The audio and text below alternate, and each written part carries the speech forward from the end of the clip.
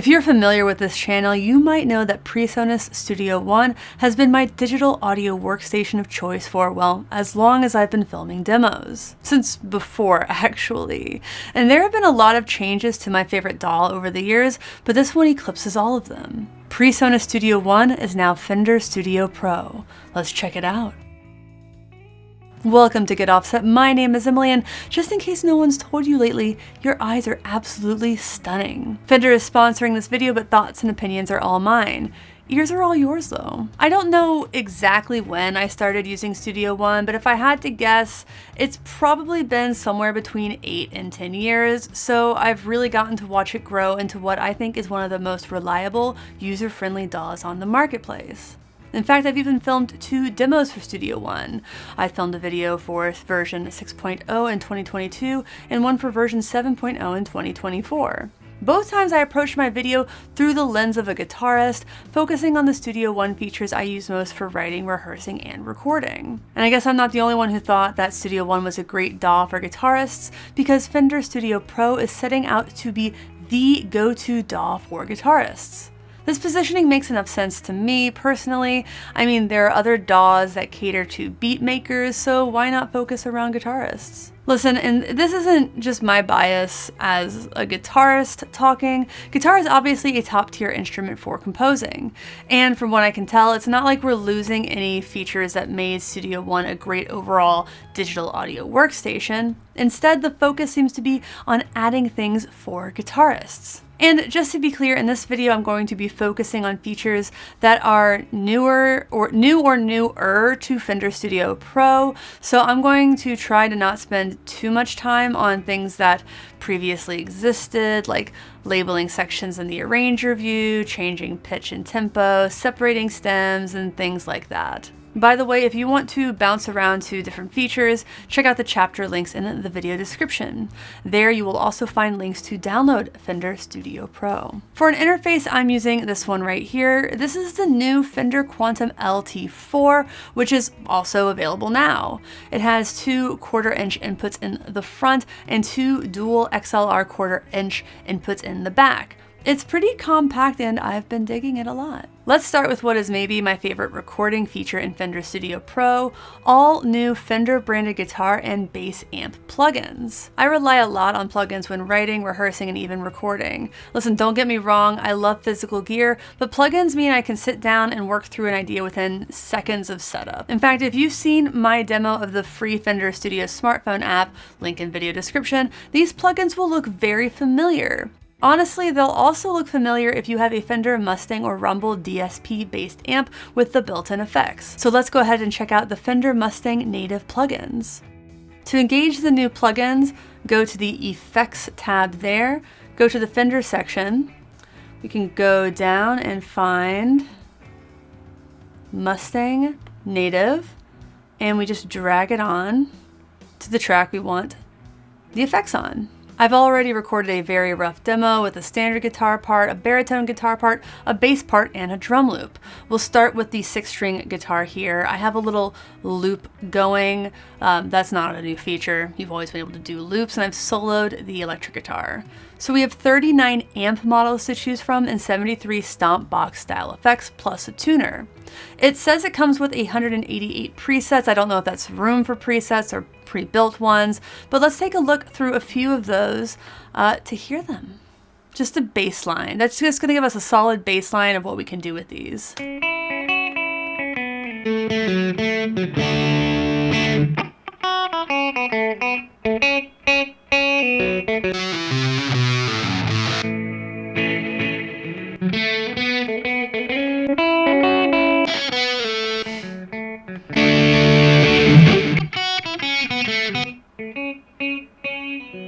Have to try the one that says Purple Rain.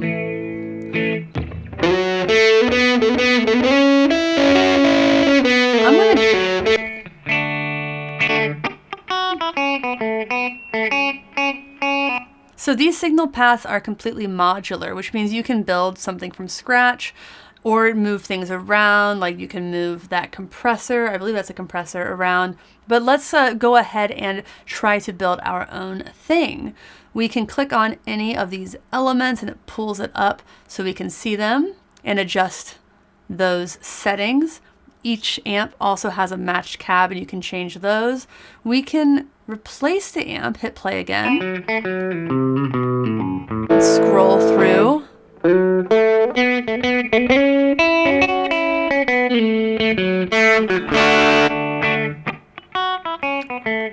I like the Princeton. Let's hear some different cabs.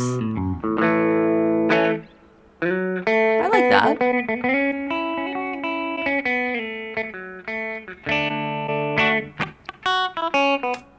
So again, what I really like is that you can hear the differences. Some of them are more subtle than others, but they are all certainly unique. It really shows you how different these amps can be. Now let's adjust the reverb. Currently we have a spring effect after the amp, but let's try out some different things.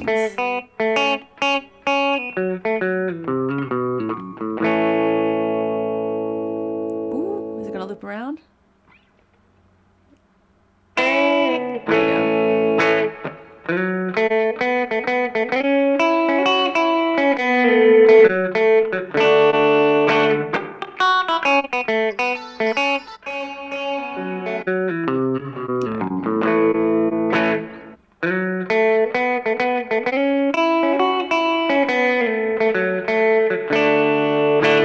I like a large plate reverb, so let's roll with that. We already have some compression in the mix because country loves compressed tone. Let's hear it on and off. Very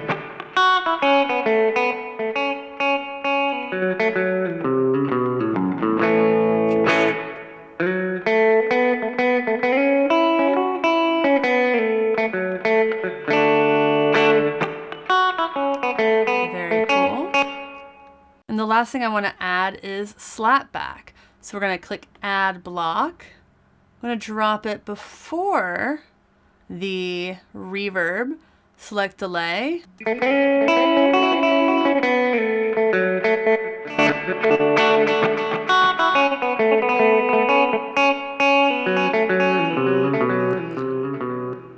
I'm going to go with this mono tape delay. Something I really like about using the plugins, by the way, is the precision you get with regards to effects parameters. For example, you can sync a lot of these effects, especially the time-based ones, to the tempo you set within Fender Studio Pro. I don't want to do that for the delay because this is a country thing, but what I can also do is I can set the repeats to a minimum, and I can set the delay time to precisely where I want it. It's in milliseconds. So I can go all the way down to 100 and let's do 111, 118-ish milliseconds.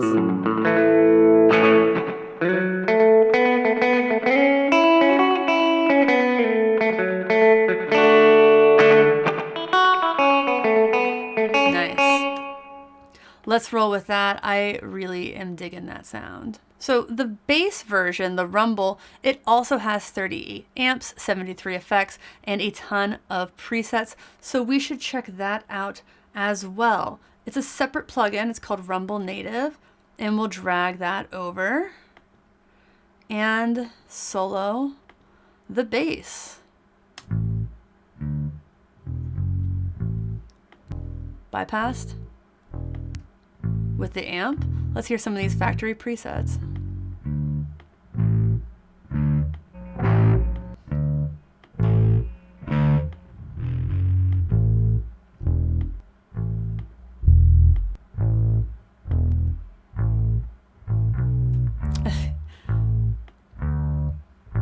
I think I like that. That's literally just the little TV basement amp. So I think I'm going to go ahead and roll with that one. Hear these two together. Nice.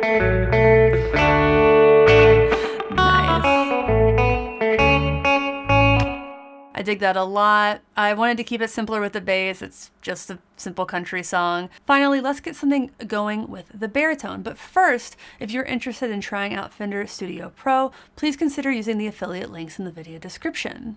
Using those links doesn't cost you anything extra, but a portion of each sale gets shared with me. Shopping via those links is a great way to support this channel doing things that, let's be honest with ourselves and each other, we were probably going to do anyway.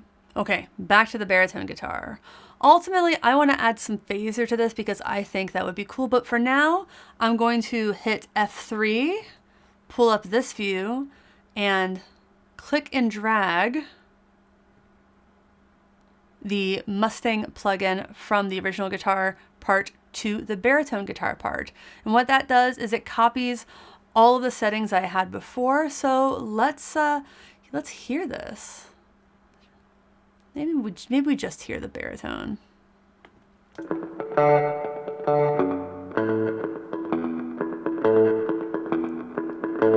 That's okay. Let's try a different amp.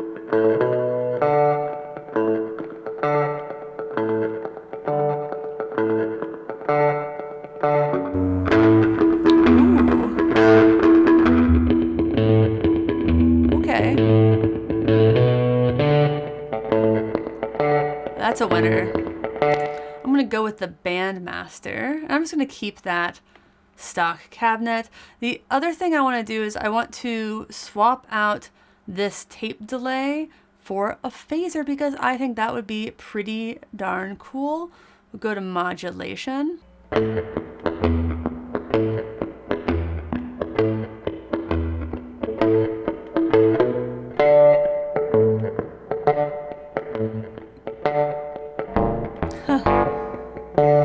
There's the phaser. Very nice. And let's minimize that. Get rid of that. Clear all of our mutes. Why did I do it like that? Let's clear all of our mutes and hear everything together from the top with the drums.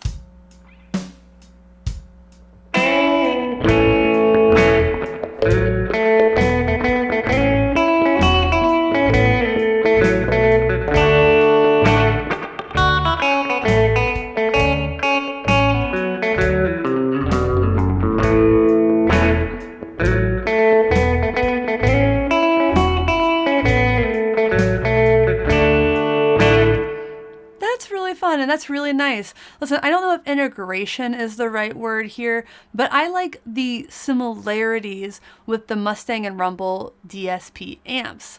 I still play my bass gigs with a Rumble amp, though I haven't had a show with that band in a while, but it's very cool that I can essentially get the same settings on that amp and in this DAW. I've also gigged with a Mustang DSP amp, and I had a solid experience with it. I gave that amp to my mom for Mother's Day a few years back, but it's still an amp series I recommend to people a lot, but I digress. Fender Studio Pro has other plugins too, other new plugins too, I should say, including a new Studio Verb, which is described as a new algorithmic reverb effect covering a wide range of sounds and applications, from small drum rooms to massive and lush artificial spaces.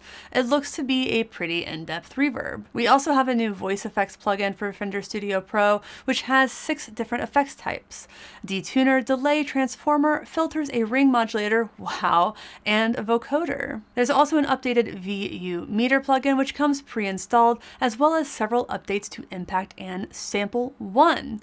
That's not exactly my area of expertise, though I do enjoy messing around with virtual instruments, and there are some updates to Fender Studio Pro that I think mean I will start to do that more, but I'm sure that other creators will film a more in-depth look at those particular updates. For now, let's move on to the arrangement and editing updates, at least the ones that I've been getting the most use out of. The first thing I want to show you is extract notes and extract beats. Fender says that this is, quote, powered by state-of-the-art AI and machine learning technology. Not a big fan of generative AI, but this is the kind of thing that I think AI can actually be really good for, so let's check it out. This feature analyzes audio to identify, as the name implies, notes or beats. The extract notes feature says it works with any monophonic or polyphonic instruments, while extract beats is trained on acoustic drums. What should happen is that the extracted note data will be placed on a new instrument track, which will be assigned to either MyTie or Impact with a default sound. Then you should be able to replace it with any other virtual instrument. We're going to keep using this little twangy riff I wrote a while back. I'm going to start with the bass part because it's monophonic, and I know I hit at least one clam in there that we can move around. So what we are going to do here is I'm going to right click, go down to audio, and go to extract notes. It takes a second, so magic will speed this up. So there we have a little bass part. I can see it. Let's here, I'm going to solo that.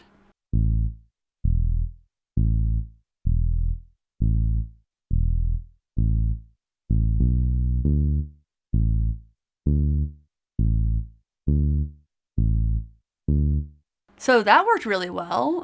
Obviously my timing isn't perfect, but I can quantize it so it will align perfectly. I'm going to also solo the drum so you can hear it's not perfect. There, see, that one was fast. But I can quantize. Look at these settings. There we go. Perfect!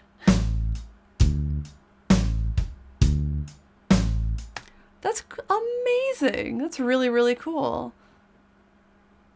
Nice. Let's try that for the guitar part because that will be the real test. I right click and I can go to extract notes because it was just this last thing I did, so it's going to be under recent items.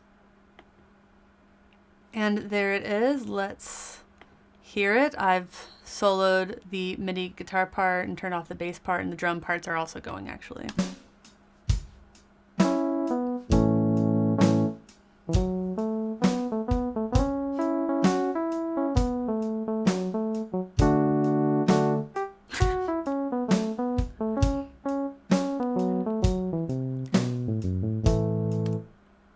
That is shockingly good. Holy moly. It used to be that if you wanted to work in MIDI like this on guitar, you'd need a special polyphonic pickup, but this is capturing multiple notes and chords at once.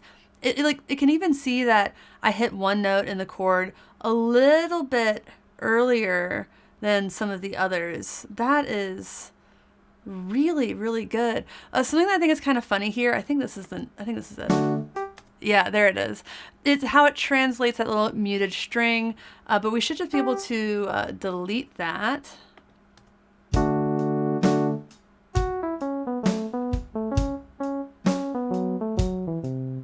No big deal. This is really incredible, and I think it'll open MIDI composition up for a lot of guitarists, myself included. So I just did that for the experiment. I don't actually want to listen to that, but we gotta try the drum one now. So instead of going to extract notes, we're going to go to extract drums. Hopefully this one should be faster, I don't know. There we are. Let's solo that.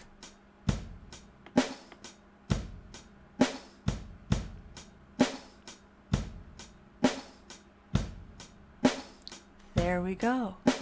That is honestly so cool. I especially love the idea of being able to audition new drum and bass parts so easily. Like, imagine recording your band in a rehearsal or during a writing session. You can take that recording that has everybody, drop it into Fender Studio Pro, use the stem separation tool along with tempo detection to build out separate tracks, and then you can use note and beat extract to make small or big changes to what the band was playing. That's all super, super cool, but what's even cooler, in my opinion, is the next feature. And I don't think this one is technically new, but I never used it before. It's audio transcription. With this tool, once we extract notes from the audio, like we just did, we can open that instrument part. So let me just click that, go back to the guitar, open that instrument part, hit this little clef symbol right there, and create ready to print lead sheets. Again, I don't think this is a technically new feature, but I've never shown it before. I didn't have any reason or need to, but as someone who does a lot of cover gigs, this will be an absolute game changer for me. The first time I used this, I kind of wanted to cry. It was so good. But this is really close to what I was playing. So I have my guitar right here. Really in the beginning, I'm doing a bend, which is, this guitar's not plugged in or in tune. So what this has is,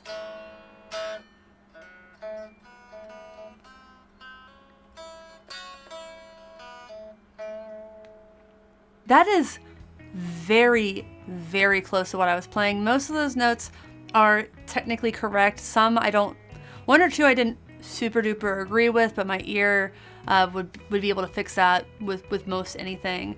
This is magic for someone who does cover bands, tribute bands, pickup gigs. I do a lot of pickup gigs where I get like, maybe I'll get the stem from the artist, or often they'll just send me the full track. But this is an absolute game changer. It's, again, it's not perfect, but it's pretty good.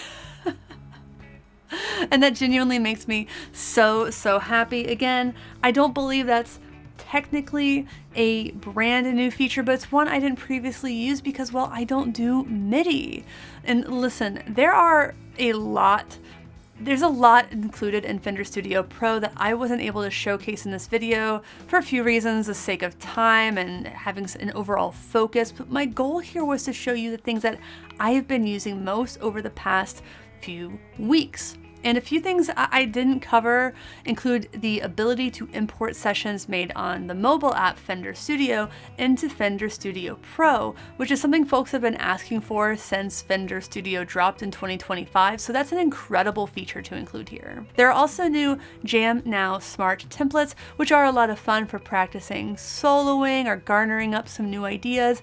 And by the way, you can use those Jam Now tracks freely on social media and other non-commercial projects. There's also a new drum metronome, which you can find down here. If we right click on it, we can go between click and drums. So this is for people who would rather record or lay something down to an actual drum track instead of a standard click. This has apparently about 75 drum loop options, and I especially love this feature since so many folks can play pretty well to a drummer but struggle with using a classic click or traditional metronome. However, there are other new features like chord assistant, support for Fender Tone Master Pro, the floorboard modeling unit, show page improvements, and more. And those are things that I honestly wasn't comfortable covering in this video because, well, for the Fender Tone Master Pro, I don't have one. I don't usually use the show page stuff. I'm not that kind of power user, and it's okay that I'm not a power user because I will still likely use Fender Studio Pro every single day, just like I used Fender's PreSonus Studio One daily, and that's not an exaggeration. And frankly, things like note extract might turn me into someone who uses the chord track, and as a result, the new chord assistant feature, because that looks really cool and I want to write more songs, and that seems like a great tool for writing new songs. And I can't wait to watch all the other videos to see how people are using that feature in particular. All of this is to say, if you're interested in trying out Fender Studio Pro, check out the links in the video description. Like, comment, subscribe, and all that. Check out the video on the screen, which YouTube has chosen just for you, and thanks for watching. Thanks for understanding. Until next time, my name is Emily. Goodbye.